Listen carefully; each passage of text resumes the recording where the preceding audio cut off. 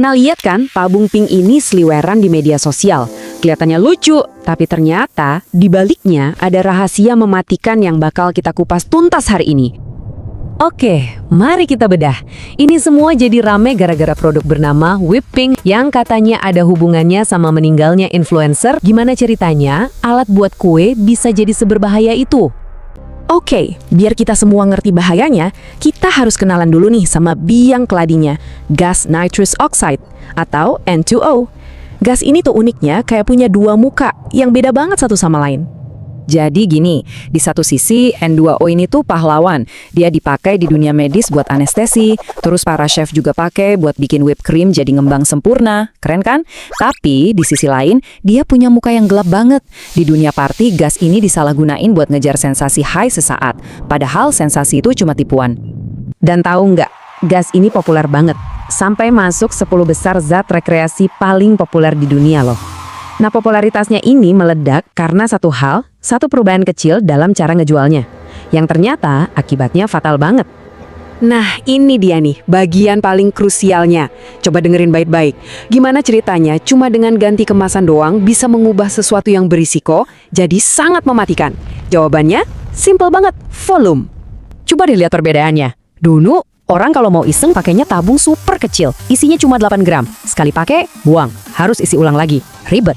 Nah, sekarang muncul tabung-tabung pink raksasa ini.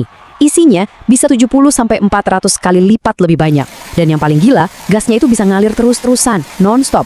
Artinya apa? Artinya, penggunanya hampir nggak punya waktu sama sekali buat narik nafas dan hirup oksigen. Aliran gas yang non-stop dari tabung gede ini, itu sama aja kayak ngebuka 5 jalan pintas menuju kematian. Serius. Mulai dari otak yang kehabisan oksigen tanpa kita sadar, kayak dicekik diam-diam, sampai jantung yang bisa berhenti detak cuma karena kaget sedikit. Bahkan tenggorokan bisa beku seketika. Gila kan? Semuanya bisa terjadi dalam sekejap. Jadi, ini intinya. Sensasi ngefly yang mereka kejar itu sebenarnya bukan rasa senang. Kata para ahli, itu tuh jeritan otak kita yang lagi sekarat karena kehabisan oksigen. Bener-bener jeritan minta tolong dari sel-sel otak. Tapi bahayanya nggak berhenti di situ. Buat mereka yang mungkin lolos dari kematian mendadak, ada bahaya lain yang lebih licik. Yang ngincernya diam-diam, kemampuan kita buat bergerak. Begini cara kerjanya di dalam tubuh. Si nitrous oxide ini tuh super reaktif. Begitu masuk, dia langsung nyerang vitamin B12 kita. Dia ngerusak B12 sampai jadi nggak aktif lagi, jadi bener-bener nggak berguna. Terus kenapa B12 ini penting banget? Soalnya tubuh kita itu butuh B12 buat ngerawat mielin. Anggap aja mielin ini kayak lapisan pelindung kabel di sistem saraf kita. Nah, kalau B12-nya dirusak, lapisan pelindung ini hancur. Akibatnya, sistem saraf kita mulai korslet.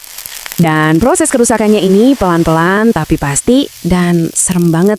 Awalnya mungkin cuma ngerasa kesemutan biasa di jari tangan atau kaki. Tapi kalau diterusin, kerusakannya bisa jadi permanen. Sarafnya rusak total dan ujung-ujungnya bisa lumpuh total di bagian kaki. Dan itu nggak bisa diobatin lagi.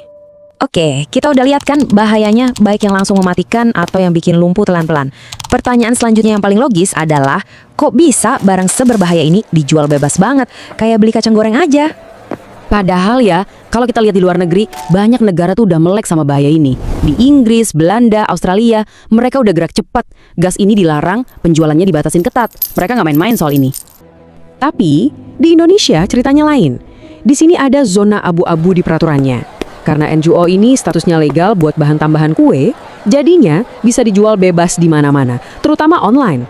Malah, sering banget dijual pakai kemasan lucu warna-warni, dikasih perasa buah, jelas banget sasarannya anak muda. Dan pengawasannya hampir nggak ada. Nah, dari semua fakta sains dan celah hukum tadi, kita sampai ke inti masalah yang jauh lebih besar. Ini bukan cuma soal gas, tapi soal kita sebagai masyarakat. Ada kombinasi maut di sini. Di satu sisi, aktivitas bahaya ini dianggap normal, bahkan keren di media sosial. Di sisi lain, banyak yang nggak paham sama sekali risikonya. Jadilah sebuah badai yang sempurna, di mana kesehatan dikorbankan cuma demi sebuah tren sesaat. Pada akhirnya, ini ninggalin kita semua dengan satu pertanyaan yang susah banget dijawab. Kalau ada produk legal yang disalahgunakan buat tujuan yang mematikan, terus siapa yang harus tanggung jawab? Si pengguna? Si penjual yang cari untung? Platform media sosial yang jadi tempat iklannya? Atau pemerintah yang belum nutup celah peraturannya? Ini jadi PR besar buat kita semua.